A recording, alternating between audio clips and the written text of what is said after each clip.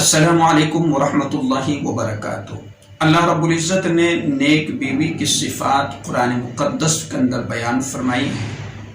کہ نیک بیوی وہ ہے فالصالحات قانتات حافظات للغیب بما حافظ اللہ،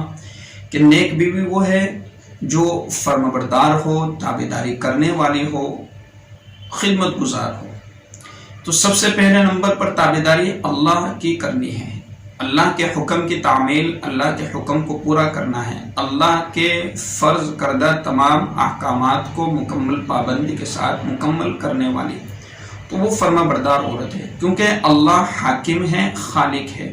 پوری دنیا کا اور تمام جہاں کا اور ذرے ذرے کا حاکم اور ذرے ذرے کا مالک اللہ ہے۔ تو اس کی حاکمیت تمام لوگوں پر، تمام انسانیت پر اور تمام مخلوقات پر قائم ہے۔ تو اس کی فرما برداری اور اس کے تابعداری پہلے نمبر پر ہے کہ اسی کو ماننا ہے، اسی کی پیروی کرنا ہے، اسی کی تابعداری کرنا ہے اور اسی کی فرما برداری کرنا ہے۔ تو سب سے پہلے نمبر پر کہ نیک بیوی وہ ہے جو اللہ کی تابعداری کرنے والی ہو، اللہ کے ایک ایک حکم کو پورا کرنے والی ہو، رسول اللہ صلی اللہ علیہ وسلم کے بتلائے ہوئے تمام طریقوں پر عمل کرنے والی ہو۔ پھر دوسرے نمبر پر باری آتی ہے کہ اپنے شوہر کی تابعداری، اپنے شوہر کی فرما برداری کرنے والی نیک بیوی ہے۔ پتہ چلتا ہے کہ جو عورت اپنے شوہر کی فرما برداری، اپنے شوہر کی تابعداری نہیں کرتی، اپنے شوہر کی بات نہیں مانتی، تو وہ نیک بیوی نہیں ہو سکتی۔ تو نیک بیوی بننے کے لیے شرط یہ ہے کہ وہ اللہ کی بھی فرما بردار ہو اور اپنے شوہر اور اپنے خاوند کی بھی فرما بردار ہو، ان کی باتوں پر عمل کرنے والی ہو، ان کی بات ماننے والی ہو، ان کی باتوں کا خیال کرنے والی ہو اور ان کی باتوں پر توجہات دینے والی ہو اور ان کی خدمت گزار ہو۔ تو فالصالحات قانتات حافظات للغیب بما حافظ اللہ،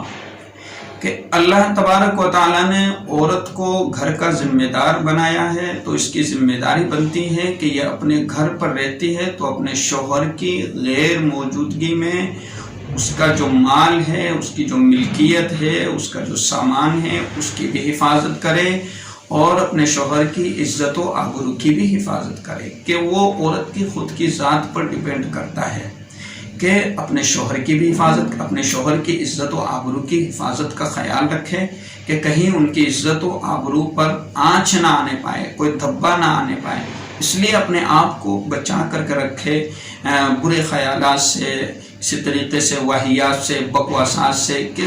جدھر ہمارا ذہن ادھر ادھر بھٹکتا ہو، پھر ادھر ادھر کے خیالات پیدا ہوتے ہو، تو ان تمام چیزوں سے اپنے آپ کو بچا کر کے رکھنا۔ حافظات للغیب، کہ شوہر کی غیر موجودگی میں اپنی عزت اور اپنی آبرو اور اپنے شوہر اور اپنے شوہر کی عزت اور آبرو کو بچا کر کے رکھنے والی عورتیں یہ نیک ہے، یہ اللہ والی ہے، یہ اللہ والی ہے بما حافظ اللہ۔ دیکھیے بڑی